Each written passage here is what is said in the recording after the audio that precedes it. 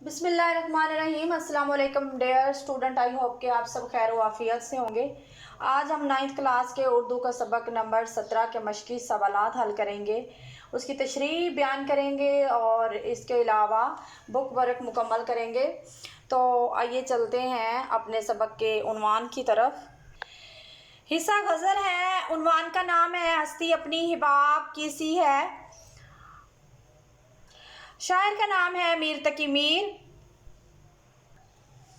शेर नंबर 1 है हस्ती अपनी हिबाब की सी है, ये नुमाइश शराब की सी है। अब जो हिबाब का मतलब होता है पानी का बुलबुला और हस्ती का मतलब होता है वजूद। तो प्यारे स्टूडेंट के जो आप हैं, जब भी तशरीह करें तो सबसे पहले आपने उन्वान लिखना है, यानी कि गज़ल का नाम लिखना है, उसके बाद शायर का नाम लिखना है, उसके बाद आपने शेर नंबर लिखना है और उसके बाद शेर के बाद जो है आपने हल लुग़त यानी कि अल्फाज के मायने लिखने हैं। अब मैं आपको साथ साथ ही शेर के में जो मुश्किल वर्ड्स होते हैं उनके मायने बता देती हूँ ताकि आपको तशरीह करने में आसानी हो। तो अपना वक्त ज़ाया किए बगैर चलते हैं इसके मफ़हूम की तरफ। मफ़हूम है अपनी ज़िंदगी बुलबुले की तरह है और ये ज़िंदगी बस दिखावा है, एक धोखा है। और इसकी तशरीह है कि शायर मीर तकी मीर अपने इस अशार में बयान करते हैं कि ये ज़िंदगी जो है पानी का बुलबुला है, जिस तरह बुलबुले को दुआम हमेशगी नहीं।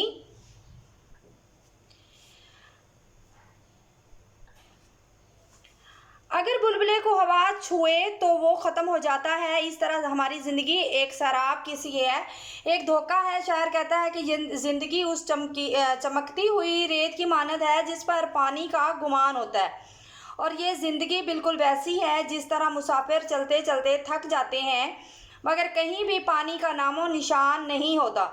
ये ज़िंदगी आर्जी है, इसका कोई भरोसा नहीं कब ख़त्म हो जाए। ये ज़िंदगी नुमाइश है जिसकी असल हकीकत कुछ नहीं, बस इंसान शराब के पीछे भाग रहा है, हालांकि उसको आखिरत की फ़िक्र करनी चाहिए ताकि अल्लाह ताला उससे राज़ी हो जाए। उसकी ज़िंदगी का मकसद सिर्फ खुदा के फरमान के मुताबिक हो। किसी शायर ने खूब कहा है, शेर कुछ यूं है, जगह दिल लगाने की दुनिया नहीं है, ये इबरत की जा है तमाशा नहीं है। इश्क व आशिकी में डूबकर इंसान को ये नहीं भूलना चाहिए कि दुनिया में आने का उसका मकसद क्या है। उसे आखिरत की ज़िंदगी पर तवज्जो देनी चाहिए। आखिरत की ज़िंदगी ही दायमी है। अल्लाह ताला ने इंसान को दुनिया में इसलिए भेजा कि वो खुदा की इबादत करे और ज़िंदगी को बसर करे, मगर इस तरह कि उसे लौटना है मेरी तरफ। तो लिहाजा ज़िंदगी का मकसद ये हो कि आखिरत की फ़िक्र करके ज़िंदगी को संवारा जाए। शेर नंबर 2 है नाज़की उसके लब की क्या कहिए, पंखड़ी एक गुलाब की सी है। नाज़की का मतलब होता है नज़ाकत, पंखड़ी का मतलब होता है गुलाब की पत्ती और लब का मतलब होता है होंठ।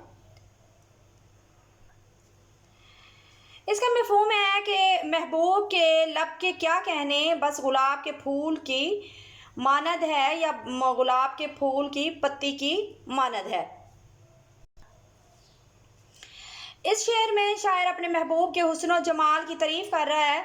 शायर कहता है कि मेरे महबूब के होंठ जो हैं वो इतने नर्म और मुलायम और इतने खूबसूरत हैं जैसे गुलाब की पंखड़ी हो। शायर कहता है कि मैं जितनी भी तारीफ़ करूं कम है, मेरा महबूब बहुत खूबसूरत है, उसकी खूबसूरती के क्या कहने। आशिक का कहना है कि होंठों की ताजगी जो है वो फूल की पत्ती की तरह है। शायर का दावा है कि उसके महबूब के जो लब हैं वो बहुत ही खूबसूरत हैं। शायर कहता है कि मैंने आज तक इतना हुस्न नहीं देखा जैसा कि मेरे महबूब का है। महबूब के होंठों की नाज़की और ख़ूबसूरती अपनी मिसाल आप है। उसके हुस्न का वो मियार जो कि शायर के दिल पर असर करता है। शेर नंबर 3 है चश्मे दिल खोल इस भी आलम पर, यहाँ की औकात ख्वाब की सी है। चश्म का मतलब होता है आँख, आलम का मतलब दुनिया, यहाँ का मतलब यहाँ होता है, औकात का मतलब होता है हैसियत।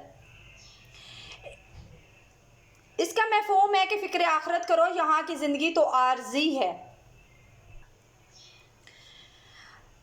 इस शेर में शायर कहता है कि इस शेर में कि इंसान तो इस दुनिया में आकर इस दुनिया की रंगीनियों में खो गया है। इंसान तूने यहाँ दिल लगा लिया है तो दुनिया में आकर इस दुनिया के खेल तमाशे में अपनी ज़िंदगी का असल मकसद भूल बैठा है। ये ज़िंदगी ख्वाब की मानद है। शायर कहता है कि इंसान तुझे अपनी आखिरत की कामयाबी और कामरानी की फ़िक्र करनी चाहिए। इस दुनिया की कोई औकात नहीं, अपने खुदा को राज़ी कर, उसको मना ताकि तेरा रब तुझसे राज़ी हो जाए। जब इंसान आँख खोलकर दुनिया की हकीकत को देखता है तो इंसान की आंखों से असल हकीकत नज़र आ जाती है। यहाँ बड़े से बड़ा सिकंदर न रहा, वो फ़िरौन जिसे अपने मालो दौलत पर बहुत गरूर था, मगर मौत ने उसको दबोच लिया। अगर कोई चीज़ बाकी है तो वो है अल्लाह ताला की ज़ात, और बाकी सब फ़ानी है, ला हासिल है। जब इंसान दिल की आँख से सब देखता है तो उसके सामने ये ज़िंदगी ख्वाब जैसी लगती है, जैसे ख्वाब को नींद तोड़ देती है, इस तरह ज़िंदगी को मौत शिकस्त दे देती है। और मौत हर इंसान को आनी है, हर जी इंसान को इसका जायका चखना है। इस ज़िंदगी असल ज़िंदगी जो है वो दुनिया की हकीकत से बिल्कुल बरअक्स है। तो किसी शायर ने खूब कहा है, दिल बीना बीकर खुदा से तलब, आँख का नूर दिल का नूर नहीं। शेर नंबर 4 है, बार बार उसके दर पर जाता हूँ, हालत अब इज़्तिराब सी है। अब दर पे जाना, इसका मतलब दर का मतलब होता है चौखट या घर या मतलब दरवाज़ा। इसका जो मायनी है ये है, और इज़्तिराब का मायनी होता है बेकरारी, बेचैनी। इसका मफ़हूम है कि मेरी बेकरारी का ये आलम है कि मैं बार बार महबूब के दर पर जाता हूँ, मेरी बेचैनी बेकरारी ख़त्म होने का नाम नहीं लेती। शायर इस शेर में कहता है कि दिल की बेकरारी और बेचैनी की वजह से मैं महबूब के दर पर इसलिए जाता हूँ। शायर अपने महबूब से बेपनाह मोहब्बत करता है। उसकी मोहब्बत का ये आलम है कि वो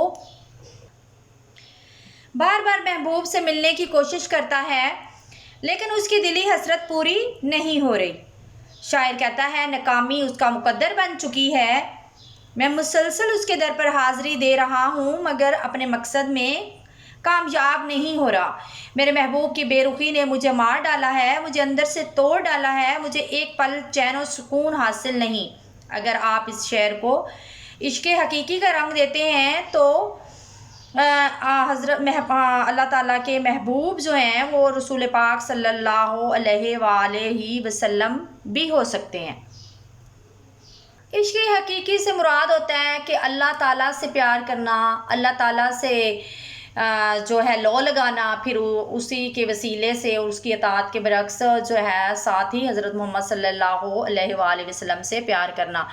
और अल्लाह ताला फरमाता है कि जो हज़रत मोहम्मद सल्लल्लाहु अलैहि वसल्लम से प्यार करता है गोया वो मुझसे प्यार करता है। तो यहाँ पे जो है मतलब कि आशिक अपने महबूब को देखना चाहते हैं तो बार बार उनके दर पर जाएंगे उनकी रज़ा हासिल करने के लिए, और रज़ा हासिल करने की वजह ये होगी कि आप उनकी रज़ा खुशी हासिल करना चाहते हैं। इस शेर में शायर कहता है कि उसे अभी तक महबूब की रज़ा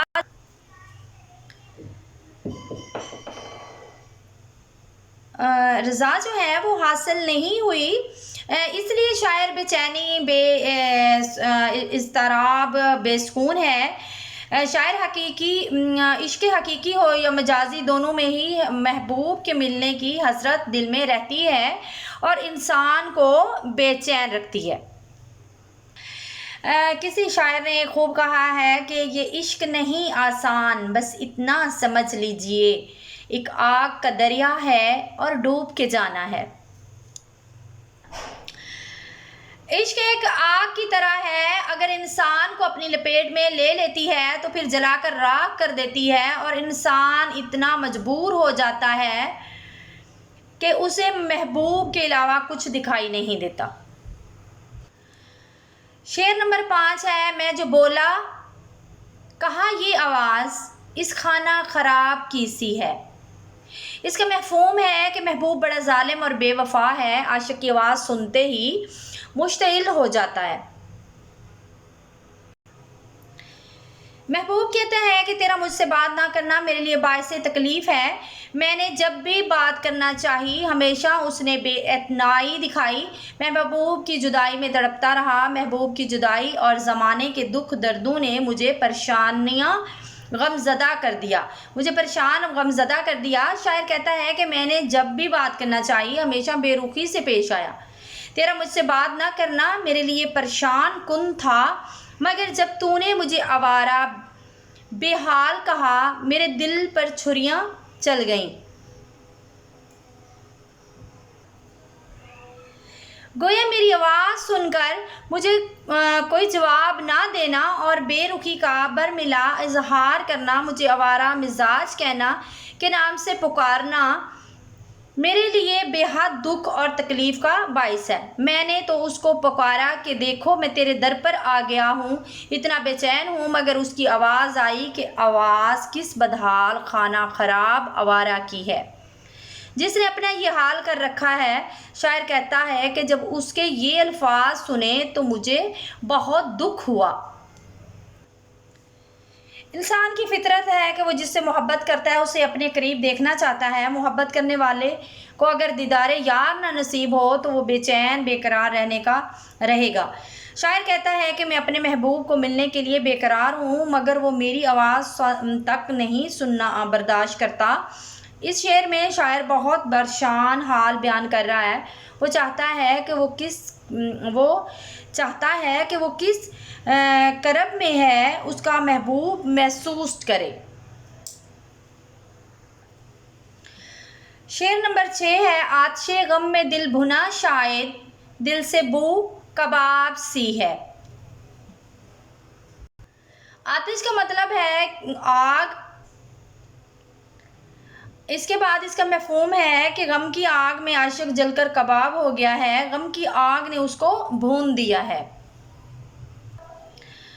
शायर कहता है कि ज़माने के दुखों तकलीफ़ों ने मुझे बहुत परेशान कर दिया, महबूब से मिलने वाले गम सह नहीं पा रहा, इन गमों की आग ने मुझे जलाकर राख कर दिया है, मेरा दिल जलकर कबाब की मानद हो गया है। हर वक्त मेरे सीने में आग लगी हुई है, मैं इसी आग में जल रहा हूँ, इस तपश ने मुझे जला दिया, मेरा दिल तड़प रहा। शायर कहता है कि जब किसी से मोहब्बत करता है इंसान तो उसे हासिल करने की तमन्ना उसे कहीं नहीं छोड़ती। फिर ज़माने भर से मिलने वाले दुख दर्द हमारा कलेजा छलनी कर रहे हैं कि जैसे किसी आशिक को गरम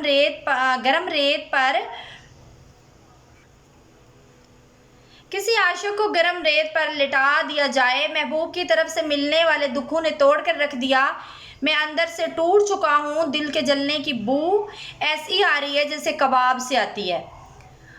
अगर इश्क हकीकी हो तो इंसान अपनी ज़ात को अपने महबूब मतलब अपने रब के लिए वक़्फ़ कर देता है, अपनी ज़ात को मिटा देता है और रब की मोहब्बत में डूबकर मोहब्बत में आला मुकाम पा लेता है।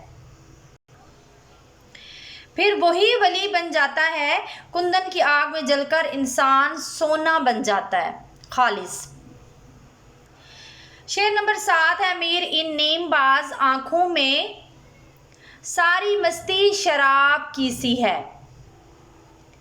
नीमबाज आँखों से मुराद है आध खुली आँखें, और मस्ती का मतलब है मस्ती का मायने है खुमार, मदहोश होना या किसी चीज़ का नशा, खुमार, इसका ये मायने है।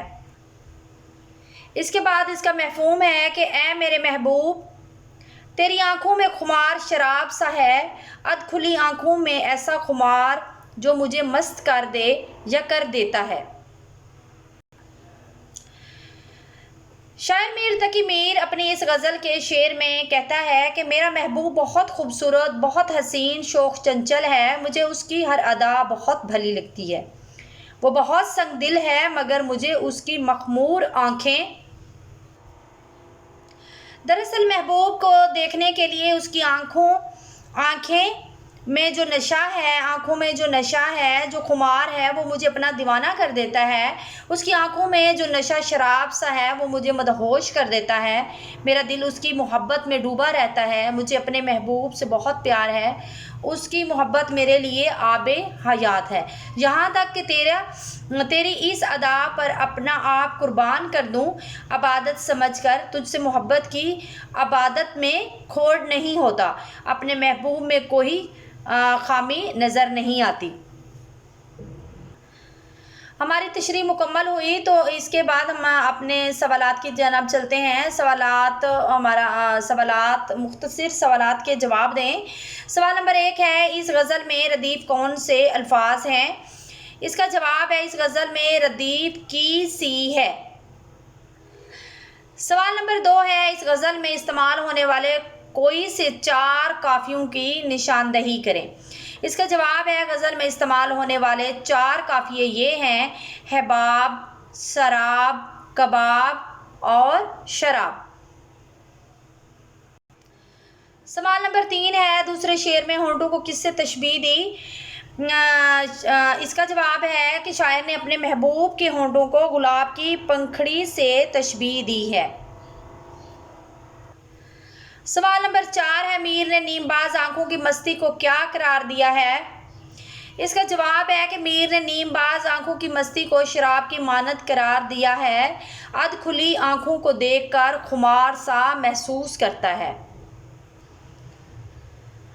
सवाल नंबर 5 है, शायर इज़्तिराब की हालत में क्या करता है? इसका जवाब है, शायर इज़्तिराब बेचैनी की हालत में अपने महबूब के दर पर जाता है। कालम अलफ में दिए गए अल्फाज को कालम बे के मुतलका अल्फाज से मिलाएं। हमारे पास जो पहला कालम अलफ में अल्फाज है वो है हस्ती, और इसका जो है मुतलका अल्फाज वो है हिबाब। इसके बाद दूसरा अल्फाज है नुमाइश, उसका जो दूसरा मुतलका अल्फाज है वो है सराब। इसके बाद तीसरा अल्फाज जो है वो है पंखड़ी, और इसका मुतलका अल्फाज है गुलाब। इसके बाद हमारा चौथा अल्फाज जो है वो है आँखें, और इसका जो है मुतलका अल्फाज है नीमबाज। और इसके बाद जो पांचवा अल्फाज है वो है हालत, और इसका जो मुतलका अल्फाज है वो है इज़्तिराब। इसके बाद जो हमारा छठा अल्फाज है वो है दिल, और इसका जो मुतलका अल्फाज है वो कबाब है। इसके बाद मस्ती है, और इसका मुतलका अल्फाज है शराब। और इसके बाद जो सबसे आखिर में मुतलका अल्फाज है हमारा, जो हमारा आखिरी मुतलका अल्फाज है, इसका जो है वो है खाना ख़राब। तो मैंने एक कॉलम जीम बनाकर इनके मुतलका अल्फाज इधर साइड पे लिख दिए हैं, क्योंकि लाइनें लगाने से जो है वो ज़रा आपको भी समझ नहीं आती कि कहाँ से कौन सी लाइन जा रही है, तो इसीलिए मैंने कॉलम जीम बनाकर आपके मुतलका अल्फाज उसके सामने लिख दिए, तो आपको आसानी होगी। मतन के मुताबिक दुरुस्त लफ्ज़ की मदद से मिसरे मुकम्मल करें। हमारे पास जो पहला मिसरा है वो है, नाज की उसके डैश की क्या कहिए। नाज की उसके लब की क्या कहिए। दूसरा मिसरा जो है, पंखड़ी एक डैश की सी है। पंखड़ी एक गुलाब की सी है। इसके बाद जो तीसरा मिसरा है वो है, हस्ती अपनी डैश की सी है। हस्ती अपनी हिबाब की सी है। इसके बाद चौथा मिसरा जो है वो है, बार बार उसके डैश पे जाता हूँ। बार बार उसके दर पर जाता हूँ। तो लिहाजा आज की हमारी वीडियो मुकम्मल हुई। हमारे वीडियो को लाइक करें, चैनल को सब्सक्राइब करें ताकि तमाम मालूमाती वीडियो आप तक पहुंचती रहें। डिस्क्रिप्शन से नोट्स लाजमी PDF की शक्ल में डाउनलोड कर लें। बस इसके बाद जो है इंशाल्लाह हम नेक्स्ट वीडियो में मिलेंगे और अपना रखिए ख्याल। तब तक अल्लाह हाफिज़।